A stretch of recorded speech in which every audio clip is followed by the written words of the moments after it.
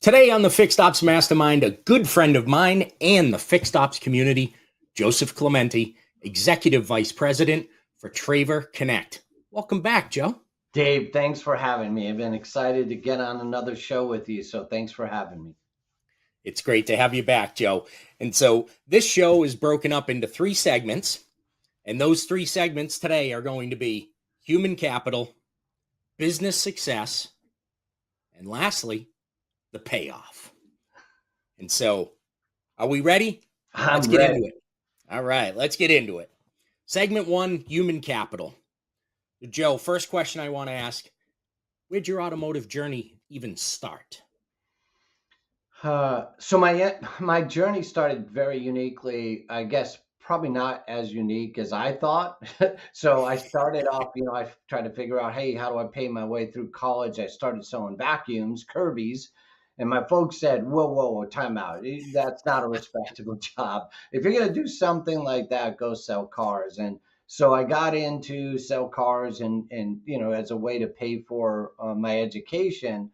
And I loved it, and so I did a lot of the roles through the dealership and through the years, and eventually ended up running and operating and partnering in a Honda dealership here in California for 17, 18 years, and worked for a couple of different organizations prior or after that. So it's in my blood. It's kind of who I am, much like yourself and many people that listen to your show. And I'm just excited to be back in it after being out a little bit out of that industry directly for the last decade. I'm excited to be back in. Yeah, you were never actually out of it. You Yeah. were right. You were just a little bit different part of the business, and I love that you started selling Kirby vacuums. Yeah. I remember the Kirby vacuum salesman coming around. So Well, you know what? The thing I loved about it, they started every day with a ton of energy. It was all about how enthusiastic you were, and that carried over to my automotive career. yeah, and that's a great lesson, right? You, you Yeah. gotta you gotta start your day energized.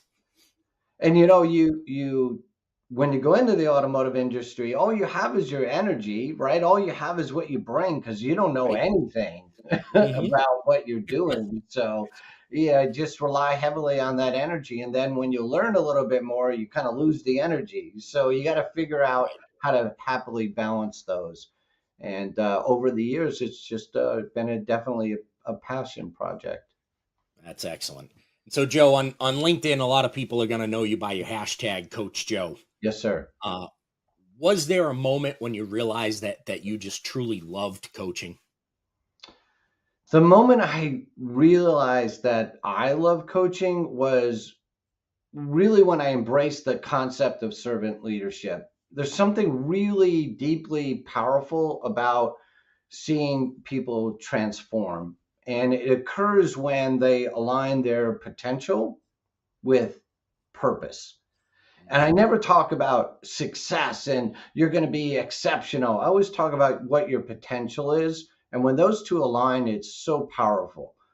And I think when you witness how servant leadership positively impacts both professional and personal lives Mm-hmm. through those strategies that we develop together, it's incredibly rewarding. It's so powerful to see people evolve into their own potential.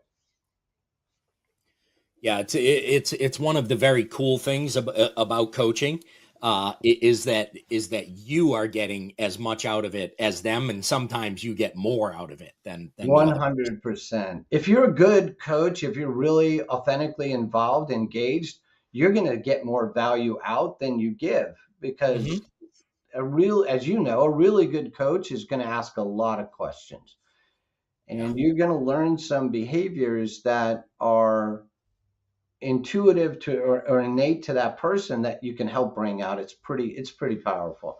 I have a kind of a mission, purpose, and intention, and I'll just outline it this way. My Yeah. my mission when I go into coaching, I want to provide easy to implement items that are scalable. Hmm. And then my purpose, I want to inspire and drive leadership multiplication. I talk about that a lot because it is cross functional across many organization levels.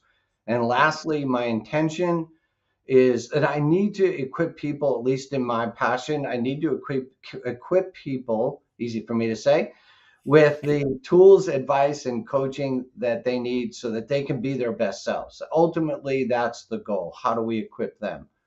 And I think as a person, who you're becoming is far more important than the person you've been. Yeah, that's that. So let's talk a little bit more about that. The person you're becoming as opposed to the person that you were. Um, how much should somebody rely on the past though to at least understand where they're going or where they are? Yeah, it has to serve as a foundation, right? Because when you fail, there are lessons that are so valuable in that failure. And our past teaches us so many things. However, we can't remain dependent on that past. Our successes aren't dependent on the past. We can build on them, but Yeah, they don't define us, right? And neither do our failures. Neither do the things that the way we were brought up, our historical background, the things that our teachers taught us, our environments, and I'll talk a little bit about that as well. Those influence us, but we're not dependent upon that past.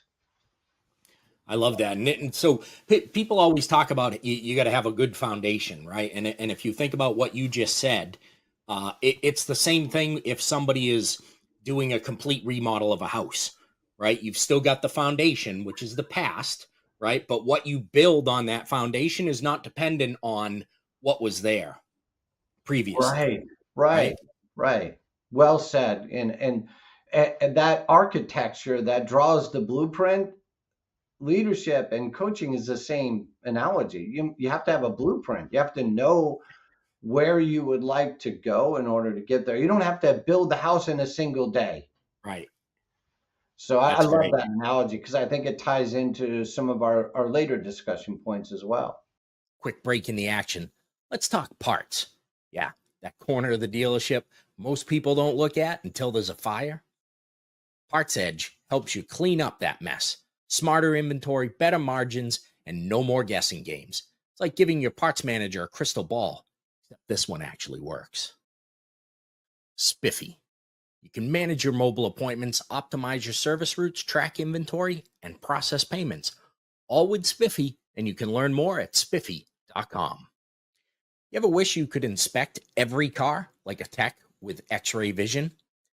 UVI is like an MRI for your car. UVI doesn't miss a thing, scans the tires, the underbody, body panels, and wheels for scuffs in seconds, giving your team instant, actionable intel without slowing down the lane. That's not the future. That's UVI, and it's live in stores today. Absolutely. So, Joe, what is it that you really love about coaching? I love this question because I love the openness, I love the vulnerability, but more importantly, I love the authentic connection that we have with people. And coaching helps us foster that. It's the gap, it's the bridge, right? That helps us close the gap.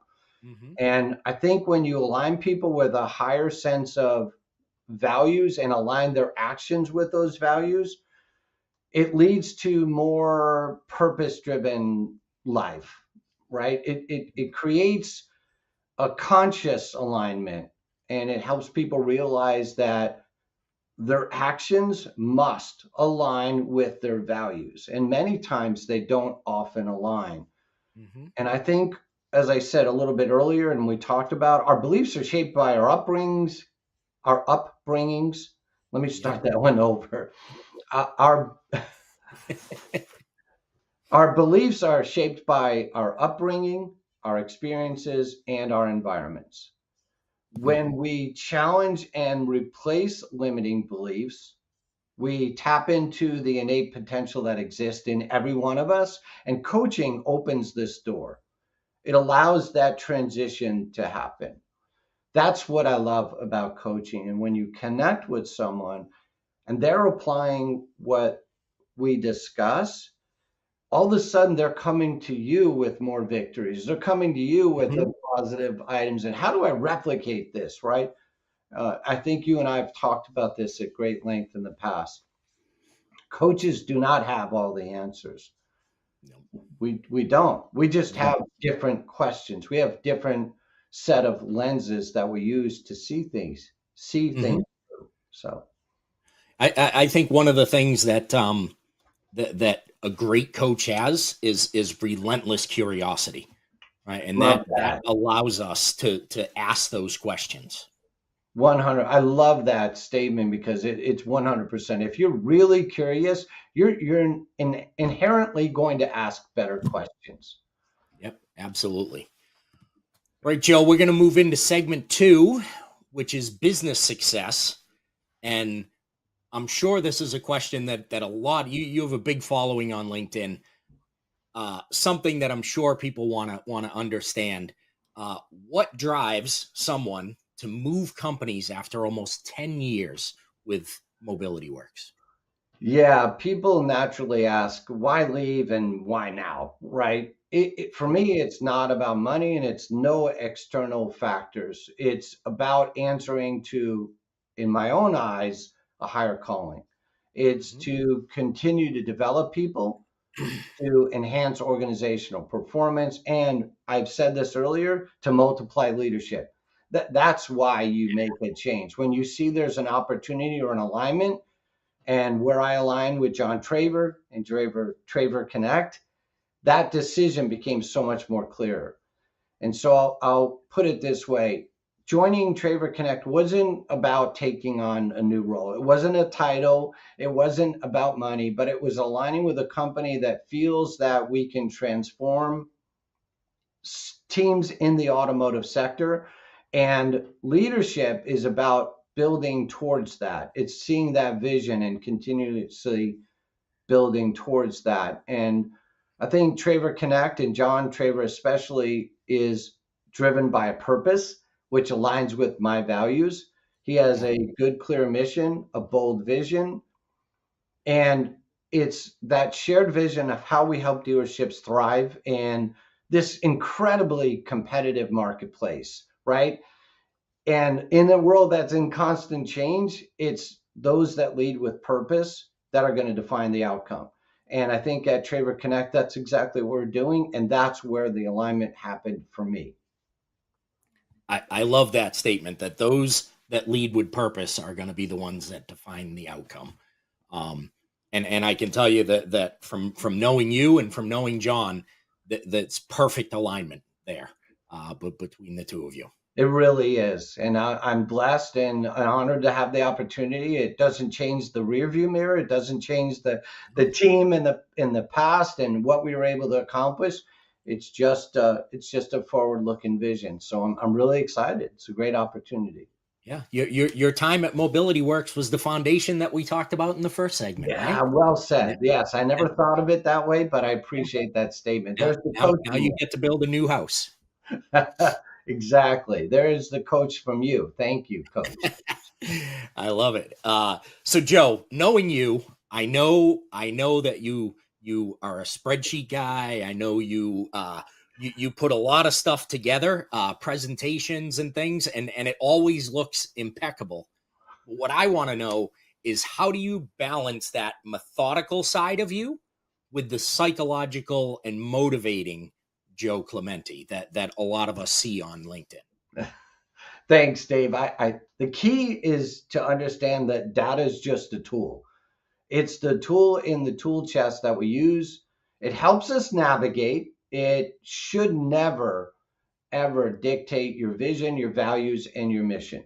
Hmm. It provides you with leading. Hey, what's going to predict the future, lagging what happened in the past?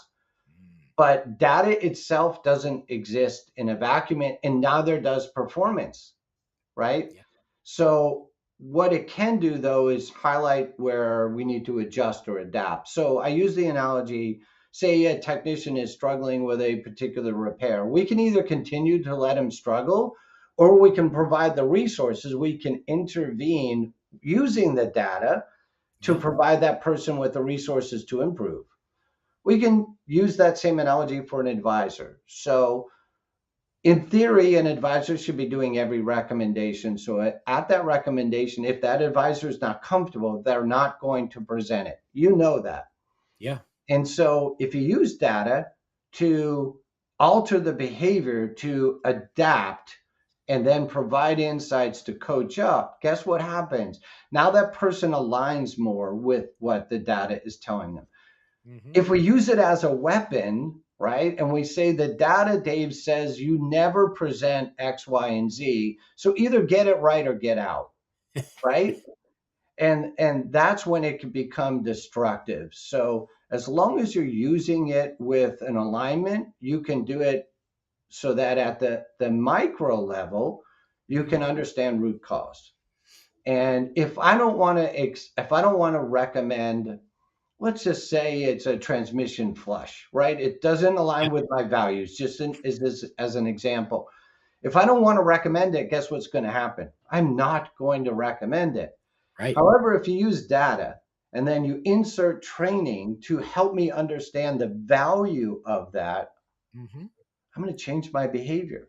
Isn't that what leadership is? I believe this with my heart. I talk about it all the time. Leadership is changing behaviors, not opinions. Yeah. I mean, you really, it's very hard to ever change somebody's opinion about something, right? Right. That rarely happens, but you can Yeah. change and affect a behavior.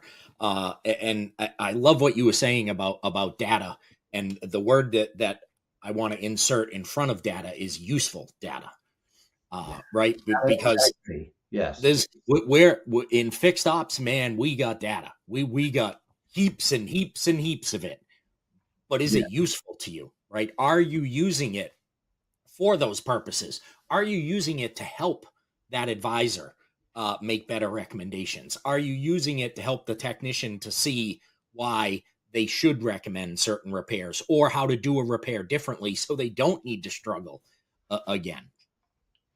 Yeah, and if you think about, as we talked about earlier, if you weaponize it, it actually works against you. You know, if you're chasing a metric from, and I'm an NADA graduate, if you're chasing a metric just to chase the metric, you're not changing behaviors.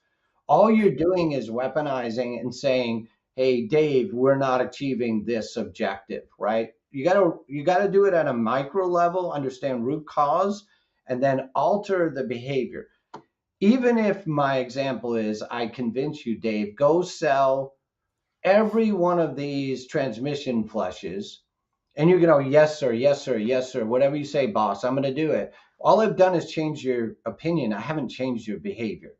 Right. So ultimately, how we use data is what's really important. Data is insightful. If you can look at it going forward, Mm-hmm. useful data, right? That data Yeah. integrity is key. How you use that data is really where the rubber meets the road. Sorry for the pun, but it is true. It's where everything connects together. And so many Yeah. times we get lost, right? I've heard you talk about this before. If a service manager sits at his desk all day and just stares at numbers, we're Yeah. not altering at the micro level. We're not changing the course. We're not changing behavior. All we're doing is managing to the numbers. Yeah. Absolutely. And unfortunately, those numbers that you're looking at are all lag metric numbers, Right. right? Right. That's all something that already happened. You cannot change those numbers that are on that screen by sitting there looking at that screen. Right. You pick up a doc sheet and you go, oh, this is what happened yesterday. We were great. We were the best thing ever, or we Yeah. sucked, right? Mhm. Neither one of those pieces of data is going to change the future. Right. But there are leading indicators, right? There are, what Mhm. does Thursday's schedule look like? Yes. How do I adjust to my capacity? How do I build? How many calls am I missing, for example? It's Mhm. a leading indicator. Yep. So it's how you use that information that's so powerful. And I'll say it again because I say it a lot. Leadership is changing behaviors, not opinions. And when we alter behaviors, amazing things happen. People all of a sudden come to you with solutions, right? Yeah. That's a beautiful thing when you start to get that, right? And that's, I Yeah. used to always tell my teams, I am happy to hear any concern that you have, but please also be prepared to discuss a solution to that concern that you have, right? The answers, as you said earlier, we don't have all the answers, No right? way. Yeah. And so we need everybody's input to get to those answers. And that's why when the Fixed Ops Mastermind started, right, I used to say from 4 months to 40 years in the business, you're welcome here because you all have something to give to us. You have that 4 month person has a different set of eyes than I do 40 years into the business, that can give us a look that changes the way that our perspective of the business. Yeah, 1000%. I love that perspective because, to your point, everyone sees something different. Mm-hmm. You think the write up happens the same way every time.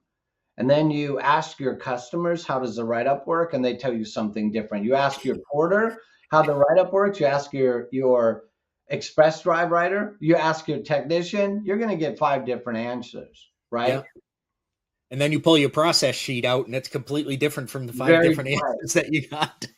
Right. But if you're sitting in your office, you will never know that. Right. You need to be out there to understand that stuff. So, Joe, last question in this segment.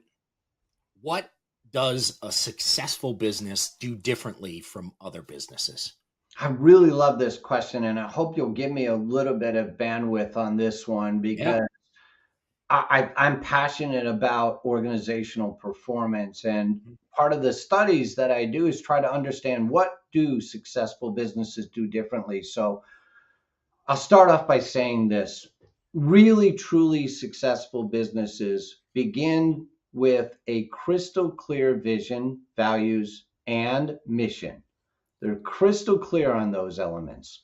And they aren't just words on a sheet of paper, they live it. It's part of their DNA.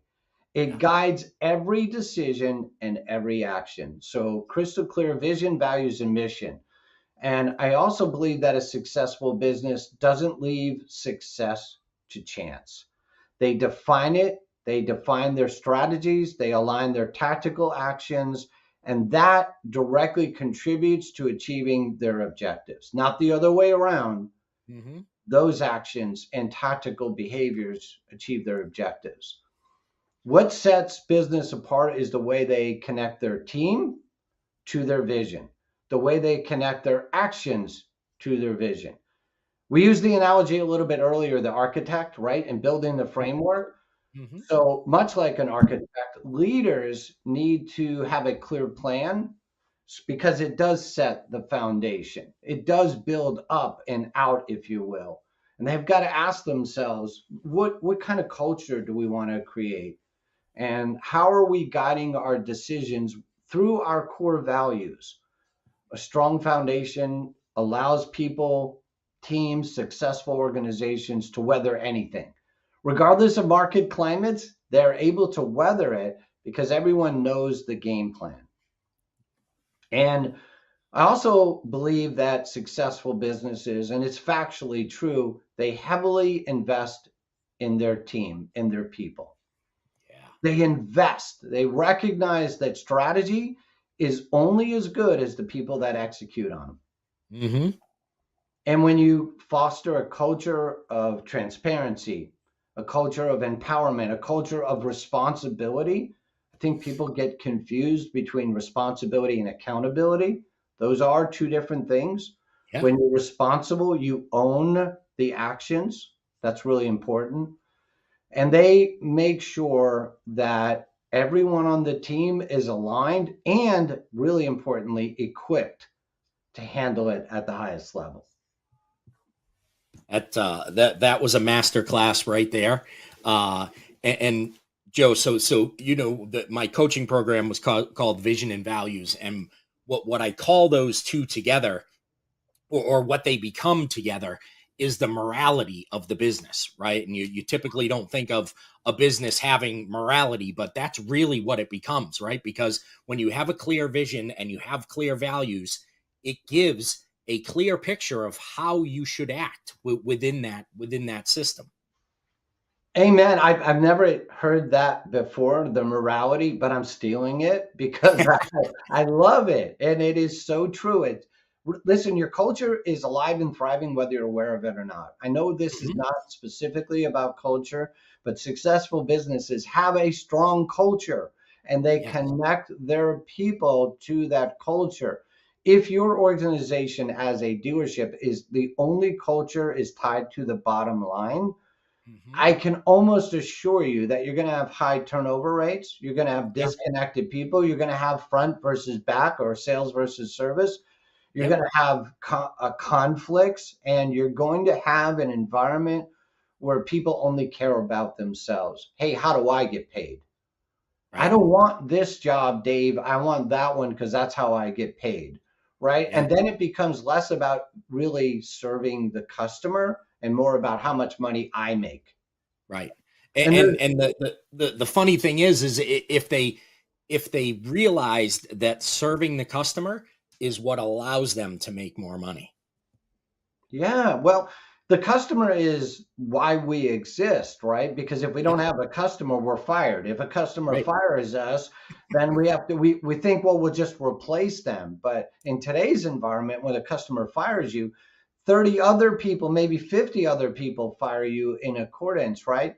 And ultimately what the culture does do is allow you to see other things with a different set of lens, right? Yeah. So at Traver Connect, I'll use this as a selfish plug, but Yeah. what we're really trying to do is help reduce the friction for your customer. How hard Yep. is it to make an appointment today? And then make it easier for you at the dealership level to reconnect with your customers. Yeah. John calls it experience matters, right? And it Yep. really, truly does. Theirs, yours, ours. Yeah. And those elements tied together is what we're talking about. When you define a successful business, everyone is tied to a common culture. They get it. And that morality, using your word, Yep. is the customer's experience. How we own the outcome is really important. Unfortunately, we always want to get to the financial results, right? This is only the only thing that matters. That's a byproduct of doing everything right, right? A- Absolutely. That's it, Easy. Joe. Every store that I went into, and so I I used to love taking over broken stores, right? There was you go into a high performing store, great, whatever, you go into a broken store and you can turn that around. There's a real sense of accomplishment there, and you can see that sense of accomplishment in the people that are there with you making that happen. But I always told them the same thing: we cannot focus on getting good CSI. What we need to focus on is helping the team feel better, which will help our customers feel better, which will get us better CSI. And in the end, we will all make more money because of that, right? The end is not good CSI and more money. That is the end, rather. But that's That's the the end, not the byproduct. beginning, right? Because when I was getting brought into these stores, a lot of the as you're going through interviews, they're like, we need to fix our CSI. We need to fix our CSI.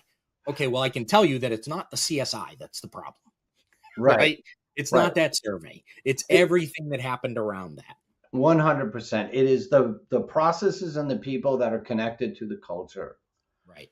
And byproduct is so important. You know, it's easy for a dealer or a smart dealer, and there are a lot of them out there, to understand the data integrity and say, okay, I can see our financials are performing poorly. So we have to be dramatic in our approach, i.e., CSI, right? Yep. And the reality is, no, you're looking at it at a macro level. If you dig a little deeper, Right. root cause analysis, you'll find that often there's a disconnection between the people, the processes, and your core values. That's what 100%. successful businesses does. Jim Collins wrote about this in Good to Great, And that study narrowed it down to 20 of the most successful organizations in the country, in the world, and some of the things that were congruent with those organizations. And it ultimately always ties back to their people are aligned in their culture, right? They invest in their people and they're consistent. Yep. So, You just said it again, Joe. I wrote it. I wrote it down when you said it the first time. But invest in your people. You said it. You said it three times now in this last segment. It's such a huge thing. And two things I want to point out about that. Number one, you didn't say train your people. You said invest in your people. Right. It's a big difference. And just the fact that you're talking about putting that time into your people, into your teams is huge, and the reason that you are as successful as you are. yeah, thank you, Dave. I really am I'm humbled by that really kind comment. But I do believe that when you invest in people, the reciprocal value is exponential. Yes. It impacts everyone around them, right? And they become more, I'll use the word loyal because I think that's really important. They become Hmm. more loyal to your organization. And guess what? So does the byproduct. Your customer becomes more loyal to you as well, right? Hmm. We talk Yep. about retention, and I'm sure we'll have time for that later, but retention, that's Right. really wonderful. It's important. It's an OE driven outcome, though. The Hmm. reality is, the more connected you are with your customers, the more loyal they are to you, the more they'll spend, but more importantly, the more frequently they will return because they love the experience. All right. We all know about warranty nightmares. Automotive Warranty Network Incorporated. If your warranty process still involves sticky notes, tribal knowledge, and late night claims rejections, you're leaving money on the table. Automotive Warranty Network Incorporated brings clarity, compliance, and cash flow to your warranty game. They speak fluent OEM, and they've got your back. Hey, I want to encourage you to take a visit over to our partner, Target Automotive, at target.com. That is great until you're drowning in it. Target turns that chaos into clarity with dashboards that actually make sense. Fixed ops leaders finally get what they need: real time, drill down insights without the spreadsheet migraines. It's not just business intelligence, it's Target. Absolutely. Joe, that's a perfect segue to take us into segment three, which is the payoff of all this. And so, Joe, again, hashtag Coach Joe. Coaching is pulling out the best in people. How do you go about doing that? There's no one size fits all approach, right? I think Simon Sinek said this really well. There are characteristics and there are attributes, and they manifest themselves as strengths or weaknesses. The role as a coach, my role as a coach, is to help individuals identify their attributes and lean into those. And I use a straightforward strategy. It's 5 steps, at least in my perspective, is how do you identify your mission and how does that intersect with the needs of others? If you're not serving others, you can't be good at what you do. I really believe that. Yeah. Number two, define your core values. What's important to you? Um, Number three, clarify your contributions and intentions. Number four, reflect in the past, especially your lessons learned. Hmm. And number five, commit to applying the actions that you've identified. So without action, it's all of that is has no value. People have to act. A person has to be well invested to act. And if they are committed, you and I talked about this offline one time where someone said, I'll pay you more. I'll pay you X. I'll pay you Y. I'll keep paying you. And the easy thing to do for a coach is accept that money. The difficult thing is say no, because you're not really invested. We could talk about actions and you might not take any of these. What's the point?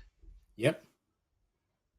So it's really important that you have a vested party that says, yeah, Dave, I really want to get better. I really want to Yeah. improve. Hmm. And, we as coaches, our job is just to help people do the things they already know how to do, but bring it out of them, right? I call it their inherent genius, right? The things that are natural to them and just bring that out. And I think coaching is the gateway. Hmm. And when people understand how to tap in their innate genius, the results are amazing. They're more rewarding for me than they are the individual. Yeah. And that perfect segue again into my next question. What do you typically see as far as improvements from coaching someone? The most impactful item, I guess I could say, is when people connect to their why. When they really understand, hey, why am I taking on coaching? Is it to make more money? Well, no, not really. I really want to become this or do that. It's the deeper they do their why analysis, when they become more connected to it, it improves their professional and personal life. And I see, especially when it comes to communication within their circle of influence, people become more intentional. And that byproduct is it shapes their character, and it helps them make better and deeper connections with other people. And ultimately, they say to me, wow, I can't believe something as simple as this made a difference because I listened to my daughter a little bit better. I paid more attention to my spouse, or at work, instead of just jumping into an answer, I listened a little bit further. And that transformation is really them. Yeah. It's just Right. those are the subtle improvements that people have brought forward as a result of a good coaching strategy. Yeah. Coaching to me a lot of times, and Joe, I'm gonna show our age here. The highlights magazines when you Yeah, were a kid, and yeah, there was the picture with that was drawn with all hidden stuff in it, right? And you couldn't see a lot of the things. You knew what you had to find, and then once you found it or somebody pointed out to you, you couldn't stop seeing it, yeah. right? So there was a giraffe hidden in there somewhere that you couldn't see when you looked at the picture. You finally found it, and now every time you look at that picture, you see that giraffe. And that's what coaching helps people do. They help them see what was already in there and bring that out and let them focus on that. Your answer is better than mine. I actually love your answer because it's so that story is so true. Because when you start to see things, right, and all of a sudden you're like, I recognize that behavior. I Yeah. recognize that destructive behavior, or that partnering behavior, that behavior that really helps other people perform at a higher Yeah. level. That's Mhm. exciting. It's really truly exciting. You can't unsee it, to your point. Exactly. Exactly. So Joe, to close this out, what would you like to see change in coaching? I think the misconception that coaches are experts and they have every answer. That's the one thing I think is really important. Every coach has to be a subject matter expert, I guess, but Yeah. we don't have all the answers. And when you are asking the right questions, better, more intuitive questions, you're going to get better results. So I'd like to see people recognize the value that coaching provides when they invest in themselves. And that's what it takes. If you take a professional athlete, they don't just have coaches on the field, they have a subject matter expert that is Right. relative to their business. So maybe it's a business coach, maybe it's a personal coach that aligns them with their family life, or there are myriad of different attributes to that.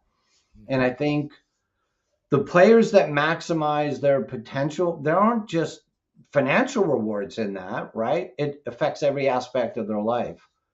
And when you fine tune, I like to call it hardwiring.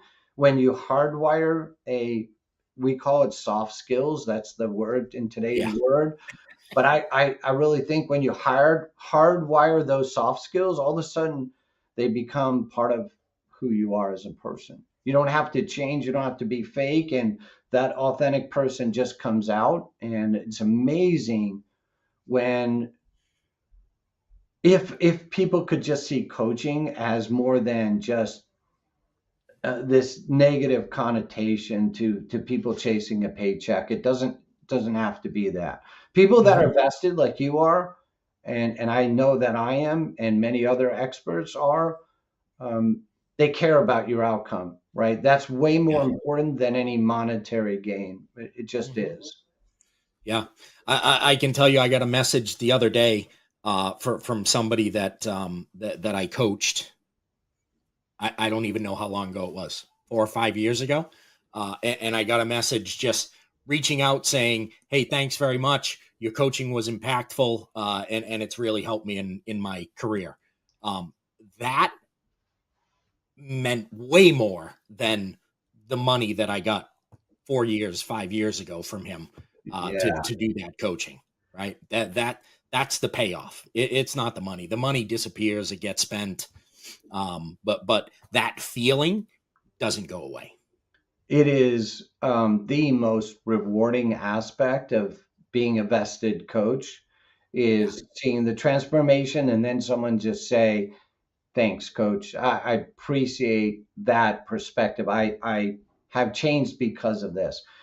And when that happens, when someone calls you back and just says, hey, I just want to let you know, it not only helped me professionally, but I'm a better dad. I'm a better mom. I'm a better sister, brother, aunt, uncle, whatever that might be.